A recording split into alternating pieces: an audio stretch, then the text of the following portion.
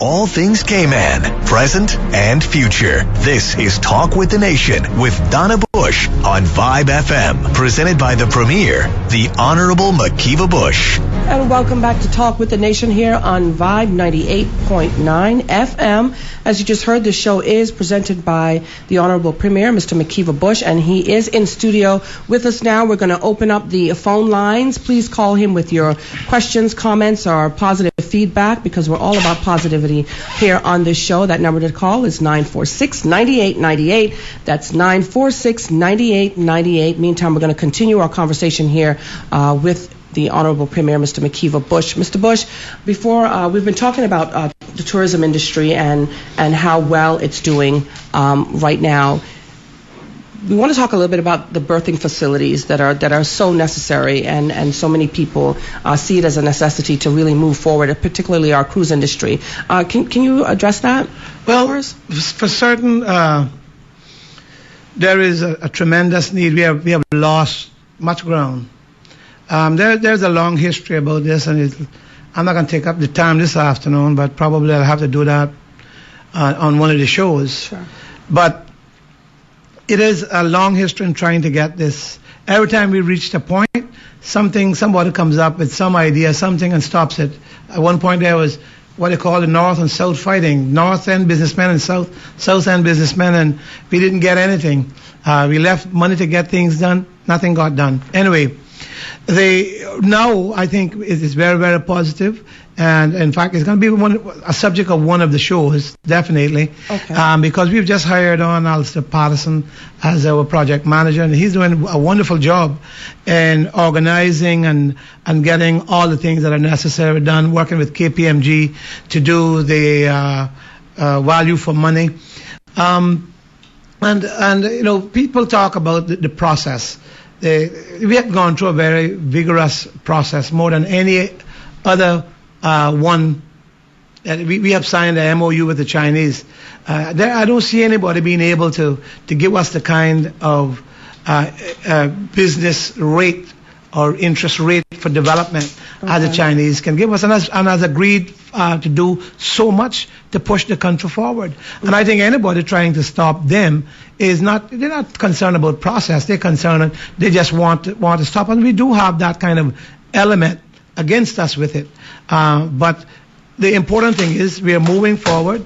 The first phase of it is going to be at Spots, because that's an atrocious facility, and I don't think that, thousands of people come off there, hundreds of thousands at a time, and we don't for a year, and we don't have proper bathroom facilities there, right? And it is seriously lacking. That's going to be the first phase. We got some things to do. We got to make sure that the process is right, so that UK or nobody else can question and insinuate anything untowards with it. Okay. And so when we get to that point, it will go through the Central Tenders Committee process. Okay, well, certainly good news there that we are moving forward, and we're getting closer and closer to seeing our birthing facilities become a reality. I want to switch the subject now a little bit, Mr. Premier. Again, to our listeners out there, we'd like to invite you to give us a call at 946-9898. The Premier is in studio. We'll be every Wednesday here on Vibe 98.9 on Talk with the Nation to take your questions, your comments, as well as your positive feedback. Mr. Premier, okay, I think we do have a phone call. Caller, you're on the line. Please, do you have a question or a comment? Please keep it brief for the Premier and the Honorable McKeeva Bush. Please go ahead. Hello. Caller, please go ahead. Hello. Hello, caller. Please go ahead with your question or comment for the Premier. Hello. Hello. Caller, are you hearing us? Yes, I can hear you now. Okay, can you please... can you hear me? Yes, we can hear you. Please go ahead. The Premier is listening for your comment, question, or feedback, and please would ask that you just keep it brief for us. Thank you. Hello? Hello? I think we're having some difficulty. Hello, can you hear us, caller? Hello? Yes, caller, can you hear us? Caller, are you still on the line? Hello, caller. Are you still on the line? Yes, hello. Yes. Are you hearing me? Yes, I can hear you. Okay. Please go ahead with your question or comment for the Premier. Yes, I would. My name is Barry Solomon. I'd like to say thanks for having the show. I think it's necessary in this country. I also would like to say that I appreciate the Premier and other, I guess, future government members that's going to be coming on. I think it's a good timing in having this show so the government can get their message across to the people, so we can get it firsthand. And whereas on today's Mall Road, you hear a lot of rumors and obviously certain media outlets that would perhaps obviously twist certain stories. So we the general public appreciates this show, and I'd like to say thanks for all the hard work. Seems to be a lot of light on the horizon, and may God continue to bless the elected members and the East Cayman Islands. All right. Thank you for your call, caller, and we hope you'll be joining us in future shows. Mr. Premier, would you like to respond to the caller? No, just to thank him for his call. It is important, he made a point. It is important that we, as a government, get out the message, make people understand what it is we're doing, how it's getting done, and the success of it. Okay. And I think these kind of shows should be for that. All right. Again, Talk with the Nation is a show about positivity and giving the facts and information to you, our listeners, because the important thing is to keep you all educated and informed, and that's what Mr. Bush and his government aims to do, as well as the team here at Vibe 98.9. Before we went to the caller, Mr. Premier, we wanted to talk a little bit about the Nation Building Fund. I just wanted to address that quickly. Now, your critics have been pointing to the Nation Building Fund as unnecessary spending. They say everything from it's a duplication of other scholarship funds to a slush fund for rewarding your supporters. Can you explain to the listeners out there exactly what this program is about? Well, again, I tend, while I understand the people's need for information, the naysayers are going to say that it's a pity that, Alden McLaughlin has termed this a slush fund, and then there, of course, any persons picking up the opposition with it, or for it or against it, is saying the same thing. Firstly, this program, and the scholarship in particular, is on government website, and you can find it at ynbp@gov.ky. ynbp@gov.ky. It is advertised on the website. It completes a form online for an application, or by hand, an application form. But first of all, this is absolutely necessary. Any government must nation build. If you're going to be interested, how are you going to do that? You're going to do that by just building a road? Or are you going to nation build by what? Firstly, you have to be people-oriented. Absolutely. That's nation building to me. And I grew up at a time here in Cayman when educational possibilities were very, very dim and glum, because there were no social development, no social amenities. We didn't even have football fields or basketball or netball. Right. None of that sort of stuff. Those days, maybe you had one cricket place. I know we used to play in the middle of the road. That's where we used to play cricket. Anyway, there was no social development. Right. So two things. Firstly, I certainly grew up in that time when I wanted to be a lawyer or a teacher. Never had the opportunity to be either one. Right. And the few scholarships and places for high school was given to a privileged class. So we had two-class society. That's what we developed here. Okay. Anyway, I've been in government on and off. And all of my time in government, every time I was in an executive position, I've tried to build programs that assisted people. and particularly have tried to do something about onward and ongoing education.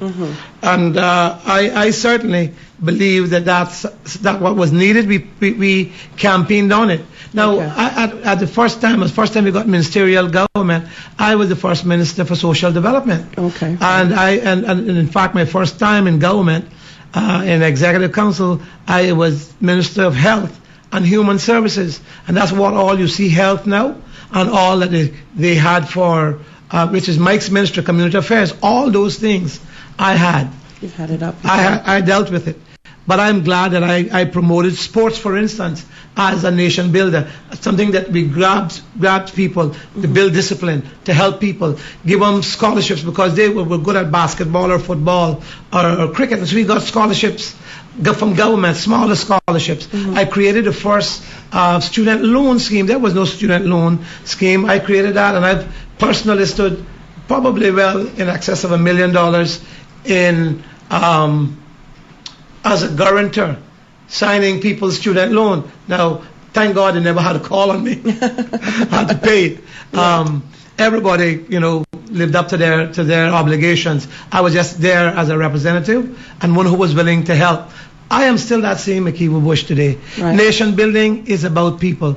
So if we had a government of 25 people, I could have even take this subject and give it to somebody else. But I could have taken it and put it in my within my premier office.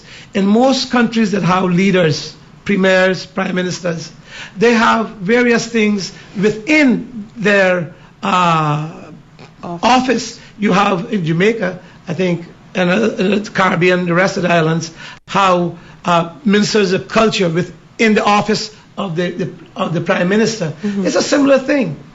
That's all this is. But I wanted to make sure that emphasis is going on. I'm not saying that people in my government were not capable, but I wanted something. I wanted hands-on too. I want to be able to do some things. Right. And one of my strengths is social development.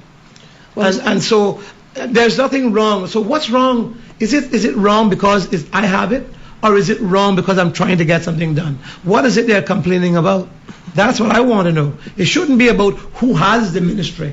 It should be if there is something being done. Well, there is something being done. This year, we're going to, something like 30-odd people are going to come back, graduated from nation building this year. The young lady that is a coordinator is a graduate since we started this thing. We currently sponsor 86 students from inception since 2009 to date, and well, it's something like well over close to 30 students will graduate in 2012, and for this present budget, we will have close to 70 new applicants, and those areas of study include music, culinary arts, broadcasting management, sports performance and excellence, vocal performance, criminal justice, risk management and insurance, theology, veterinary science, doctor of medicine even, animal science and preventative medicine, automobile technology, commercial pilot license, computer and electronics engineering, even a paralegal course is being done, and that's for young Caymanians to become paralegals and accredited by the Institute of Paralegals in London. Wow, and that's costing us like $40,000, maybe 25 to 30 young girls, single parents as well. Then there's community vocational training. Alan Moore has a program that they're going to be doing electrical, plumbing, and those sort of things. Now we don't need. Now the PPM might have put $110 million building down, but we don't need that to educate our children. I don't need something as elaborate and costly as the Clifton Hunter. What we need is these kind of programs in the community to help people, and I keep saying this, but it's a fact. And so if we can give Alan Moore and Burns Rankin and Lorna Bush, those people that are running that program, $50,000 to train 40 children or young people, why not? I think that's nation building. But and so the other point that I want to make, right? We give to Superior Auto, there's a training program for mechanics. We have them train 12 or 15, between 10 and 15 students in the ages of 17 to 25 to work in the automotive industry locally and internationally, and they go do their work with automotive, Right. Superior Automotive, and then they take them to Jamaica to do their tests. Oh, These wonderful. are good programs, and we're not spending millions of dollars. Right. You know, a few $1,000s, yes. Mr. Premier, we're going to stick a pin there for a second, Yeah. and we're going to come back to the Nation Building Fund, but we do have a caller right now. Sure.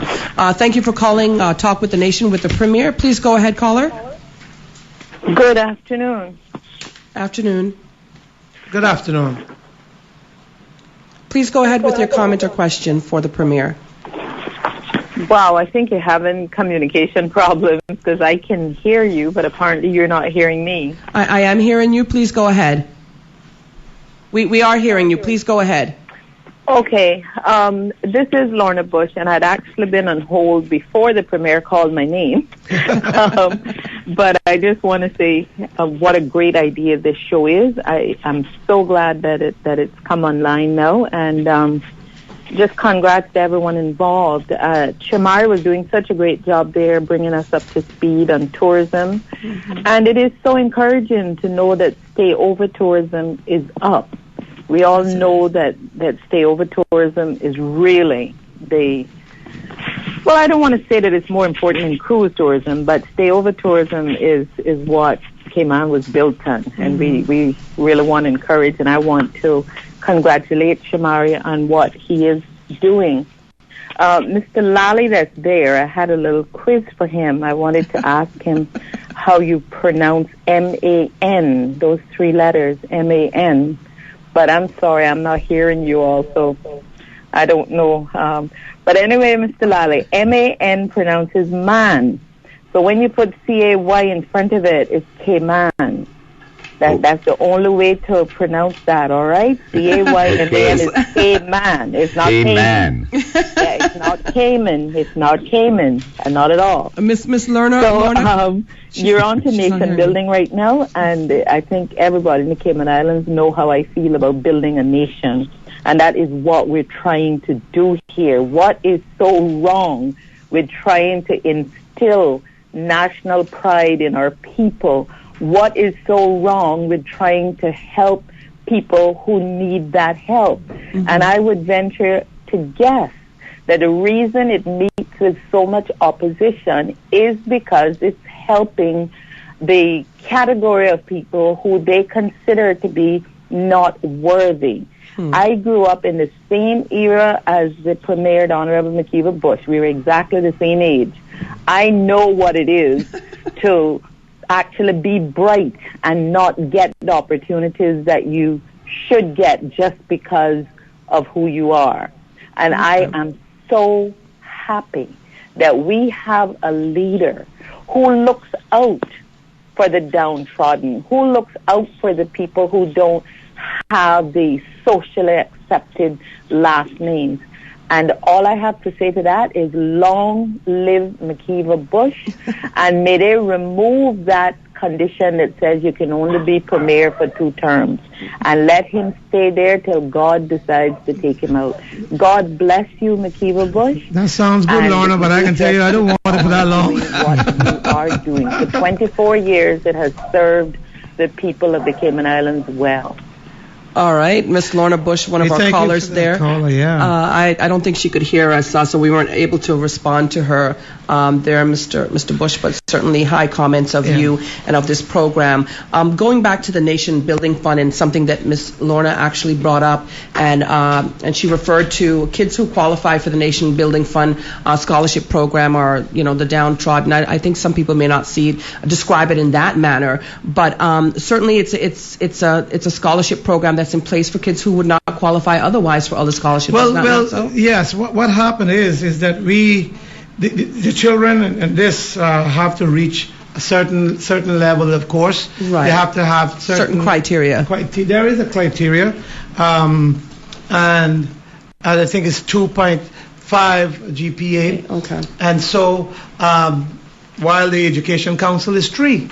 So our thing is not to let anybody, and over my years, 50-odd years in this island, far too many people dropped through the cracks because they just couldn't get it. And I say there were 2 distinct societies created here, and some of that mentality still exists. That's why they're fighting this thing. They can't fool me. Of course, there's some politics into it, but it's just not politics. There is an endemic attitude here that there must be only some people getting it. They have 15 O level, then you must give them. But yes, we must give them. We must help them if they need help.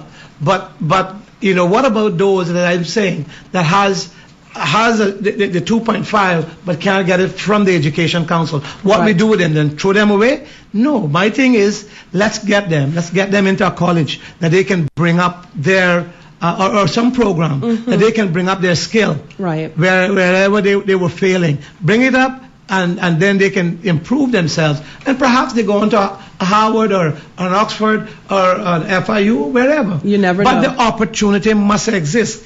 Some people are saying that they're talking as if this is something I sit down and write the checks for. No. I have an interview panel. It consists of the Chief of Staff, Mr. Leonard Dilbert, and then the coordinator sits on it, and then there is a person from the finance office sits on it, and then there's another staff member that sits with them as an interviewing panel. Then they make the decision.